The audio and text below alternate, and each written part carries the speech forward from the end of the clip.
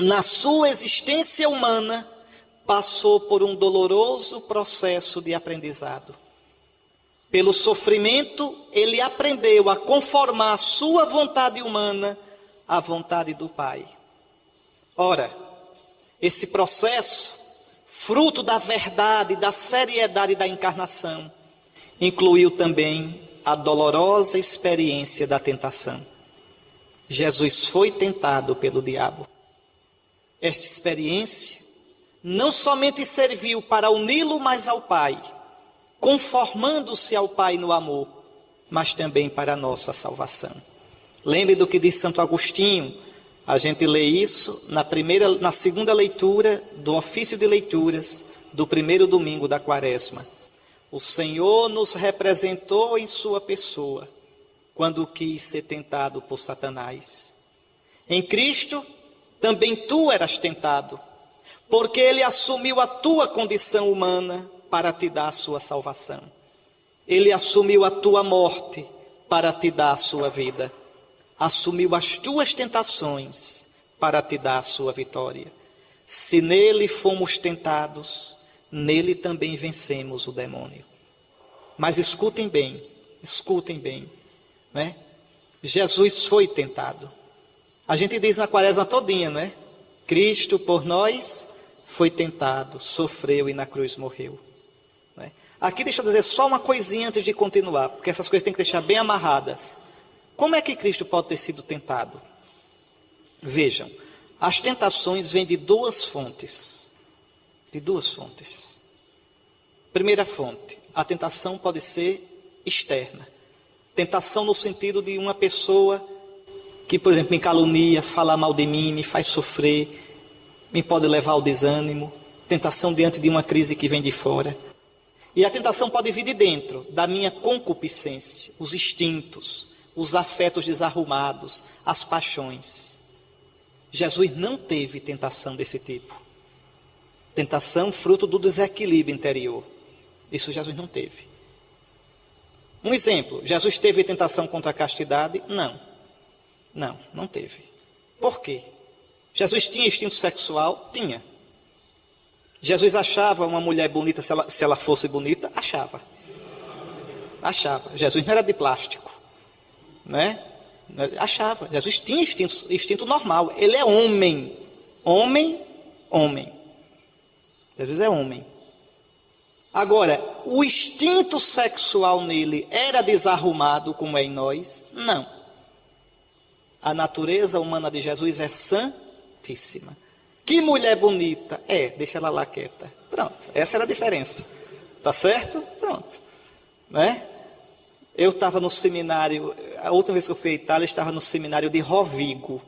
Entrei na sala de informática e tinha os computadores com essa tela de plasma, né? Aí tinha um aviso. Não, para os seminaristas, né? Um bocado de orientação para mexer no computador. Aí tinha, lembre, a tela do computador é como as mulheres. Olha-se de longe, mas não se toca. Estava lá para os seminaristas isso, viu? Então olha-se, mas não se toca na tela. Então, veja, Jesus, tá certo, não tinha, não é, essa concupiscência. Jesus gostava de uma comida boa, gostava, né? Mas não se acabava esbaforido comendo. Né? A famosa gula, ele não tinha. Tá certo? Então, Jesus, veja, essas tentações que vêm de dentro, ele não tinha. Mas Jesus foi tentado, sim. A tentação que vem de fora. E agora vamos ver, eu agora vou meditar com vocês qual foi a tentação de Cristo. Que não é aquela daquele filme blasfemo. A última tentação de Cristo. A tentação de Cristo não foi Maria Madalena, nem de longe. A tentação de Cristo foi uma só, mas durou a vida toda. E foi um inferno. Foi terrível. E eu vou dizer qual foi, e vou mostrar a vocês no Evangelho a vida todinha dele, ele tentado. A gente lê e não vê isso. E está lá no Evangelho todinho. Tá certo? Qual foi a tentação de Cristo? Não é? Bom, a tentação de Jesus consistiu fundamentalmente no sentido que ele deveria dar à sua missão. Eu vou explicar. Vocês sabem que os judeus esperavam o Messias, mas os judeus não tinham uma ideia clara do que era o Messias. Havia judeus que esperavam o Messias da lei. Os fariseus esperavam o Messias assim, que quando viesse, obrigasse todo o povo a se conformar, nos mínimos detalhes, aos preceitos da Torá e também aos preceitos orais dos fariseus. Seria um Messias santíssimo, um Messias afastado de tudo que era pecado. Lá vai um jeito de pensar o Messias, tá certo? Veja, o governo socialista. Esperavam isso, tá certo? Os essênios esperavam 2 Messias, um sacerdote e um rei, que iria construir um Israel que reinaria, um reino de Israel todo no culto, puro, sem aqueles sacerdotes do templo que tinham contaminado o sacerdócio. O povão esperava um Messias mais prático, milagreiro, que desse de comer, que desse casa. O Messias do Edir Macedo, do R.R. Soares, do apóstolo Valdomiro, do apóstolo Hernandes, da bispa Sônia, tá certo? Esse Messias. Então vejam, só um pouquinho de gente em Israel, só um grupo pequeno esperava um Messias pobre e humilde. Só um grupo pequeno. Prestem bem atenção. Aí chega Jesus. Chega Jesus. Que tipo de Messias ele vai ser? Até João Batista, eu já disse para vocês. João esperava um Messias justiceiro. O Messias que vinha, tá certo? Botando fogo pelas ventas, né? O machado está na raiz da árvore. A árvore que não der fruto, ele vai cortar. Repare. Que Messias Jesus vai ser? Escutem o drama, isso não é brincadeira. É como perguntar, que tipo de padre eu vou ser? Quando Jesus foi batizado no Jordão, o Pai disse a ele que tipo de Messias ele devia ser. Quando Jesus foi batizado no Jordão, o Pai o ungiu, não para ele começar a missão dele, porque a missão começa no ventre de Maria. Ali Jesus foi ungido já, porque foi concebido na unção do Espírito Santo. Mas agora o Pai o unge para que ele comece a missão profética, a missão pública a Israel. O Pai o unge. E quando unge, veja, o céu se abre. O Espírito é o amor do Pai. O Pai é o amante, o Filho é o amado, o Espírito é o amor. O Pai derrama o Espírito e diz: este é o meu Filho amado, no qual eu coloco o meu bem-querer. O bem-querer é o Espírito Santo. Não é um sentimento. Em Deus não tem sentimento. Em Deus nada é coisa, tudo é pessoa. A glória de Deus é o Espírito Santo. O amor de Deus é o Espírito Santo. O poder de Deus é o Espírito Santo, tá certo? No qual eu coloco o meu bem-querer. Essa frase, atenção, essa frase que o Pai disse é do Antigo Testamento. Onde é que está essa frase? Está em Isaías 42, 1. É a primeira frase do primeiro cântico do servo sofredor. Eis o meu servo que eu amo, que eu escolho, o meu amado no qual eu tenho prazer, pus sobre ele o meu espírito. O que o Pai está dizendo é isso: tu és o meu filho amado, tu és o servo sofredor. Ou seja, o Pai está dando a ele o roteiro, o script da missão dele. O danado é que os judeus nunca, ainda hoje, os judeus nunca identificaram o servo sofredor com o Messias. Para os judeus, aquele servo sofredor não é o Messias. E no batismo, o Pai diz a Jesus: tu és o meu servo. Pronto, vocês querem saber qual é a missão de Jesus? Leiam os 4 cânticos do servo. Manso, não gritará pelas ruas, não quebrará a cana rachada, não apagará a mecha que ainda fumega, Veja, o Senhor me deu um ouvido de discípulo e eu não fechei meus ouvidos. Ofereci a minha face aos que me batiam, meu dorso aos que me batiam, minha face aos que me arrancavam a barba. Veja, eu disse, foi em vão que eu trabalhei, à toa gastei minhas forças, mas o Senhor disse, eu sou teu sustento. Não basta que tu sejas o meu servo para redimir Israel, eu te farei luz das nações. Eis o meu servo, não tinha beleza nem formosura, foi desprezado. Veja no batismo o que é que o Pai revela a Jesus. Mas não é uma revelação exterior, não, é um conhecimento infuso. É infuso. Imagine a crise de Jesus. Imagine. Teu caminho, filho amado, será esse. Assim que Jesus sai dali, assim que Jesus sai, o Espírito Santo, olha, eu acho tão interessante quando o pessoal diz, o Espírito que é doçura, brisa suave, doce Espírito de Deus. O Espírito é fogo, minha gente, fogo queima. Fogo queima. A gente não brinque com fogo. Não brinquem com o Espírito Santo. A água da vida, né? Olha o que ela fez em Alagoas e Pernambuco. Quando ela vem mesmo, é como a fogo que, é como fogo que queima, é como a água, chuva que lava, é como o fogo que arrasta. É o Espírito Santo, ele é água e é fogo. Vejam bem, pode olhar, o que é que diz o Evangelho? Que o Espírito Santo pegou Jesus e o levou para o deserto, para ser tentado pelo diabo. É o Espírito Santo que leva Jesus para ser tentado. Tá certo? É o Espírito leva. E qual é a tentação de Jesus? É exatamente a tentação quanto à missão dele.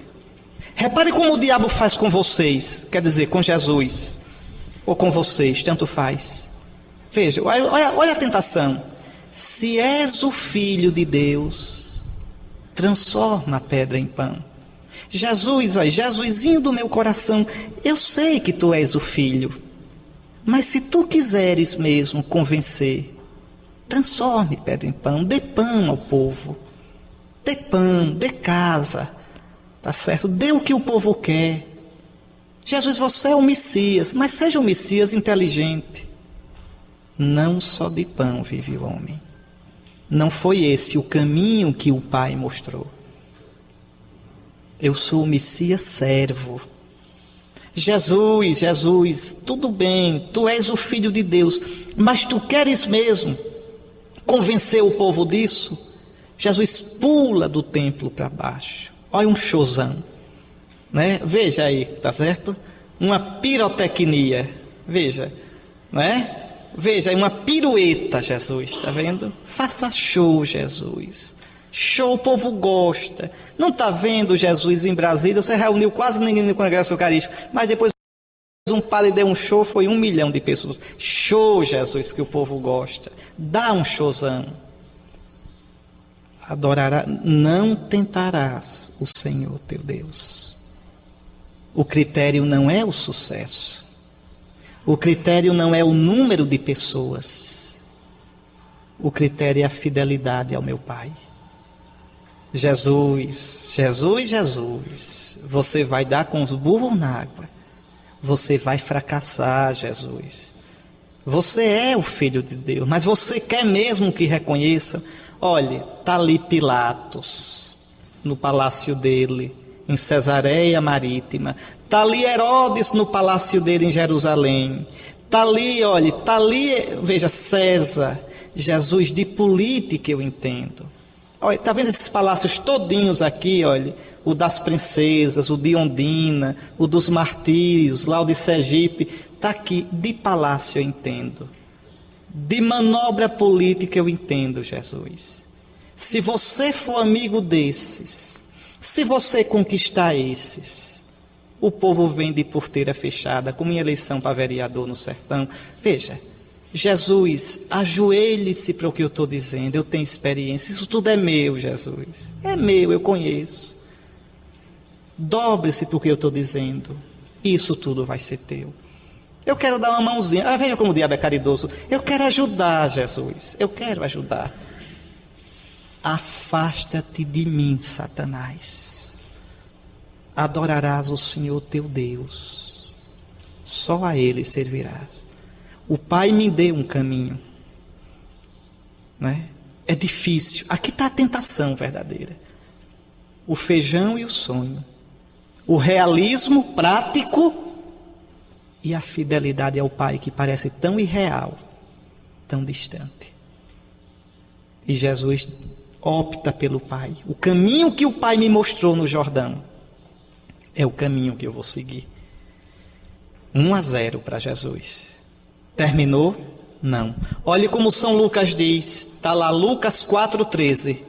Tendo acabado toda a tentação, o diabo deixou até o tempo oportuno. O diabo vai voltar. E ele sabe quando volta. Ele não volta de frente. Ele não volta mandando o recado, olha, eu estou chegando. Não. Ele volta quando Jesus menos espera. Vamos acompanhar as voltas do diabo. Jesus dali vai para onde? Vê se vocês se lembram. Vai por toda a Galileia conduzindo pelo Espírito. Chega em Cafarnaum, tome milagre. Pode olhar, começo do Evangelho de São Marcos, capítulo 1 de Marcos, um dia todinho de milagre. Olha, é danado, não tem nem tempo. Entra na sinagoga, expulsa o demônio daquele rapaz, daquele que estava possesso, quebrando tudo. Sai dali, cura a sogra de Pedro. É o dia todo. Chega em casa, olha aqui. Ao entardecer, quando o sol se pôs, trouxeram-lhe todos os que estavam enfermos e endemoniados. Cafarnaum estava assim, a festa. E a cidade inteira aglomerou-se à porta. Veja, e ele curou muitos doentes de diversas enfermidades e expulsou muitos demônios. Será isso mesmo que o Pai quer? Essa multidão todinha aqui, como se eu fosse o Chico Xavier. Será isso? Foi isso que o Pai me disse. De madrugada, estando ainda escuro, ele se levantou e retirou-se para um lugar deserto. Toda vez que o demônio aperta Jesus, Jesus vai rezar. Retirou-se para um lugar deserto e ali orava. Simão e seus companheiros o procuravam ansiosos. O verbo que São Marcos usa, eu não coloquei aqui, meu grego é ruim, eu não me lembro. Mas o verbo, eu estava olhando no léxico, o verbo que São Marcos usa para procurar, de propósito significa procurar e perseguir, e no encalço. Veja, escutem só. Seus companheiros o procuravam ansiosos, e quando o acharam, disseram-lhe: todos te procuram. Veja, Jesus, o sucesso está grande, vamos que a fila já está lá. Veja o que é que os discípulos querem. Vamos voltar, chega, o pessoal já está esperando. Tem mais milagre para fazer, tem mais cura. Olha a resposta de Jesus: vamos a outros lugares, às aldeias vizinhas, a fim de pregar também ali. Foi para isso que eu saí do Pai.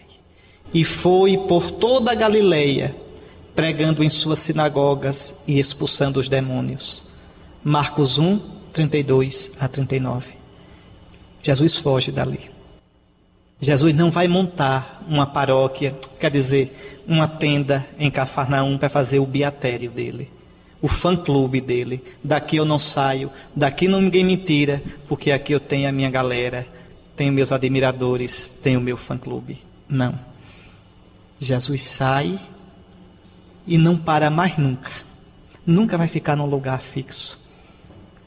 Veja, vai de aldeia em aldeia. 2-0 para Jesus. Venceu Satanás.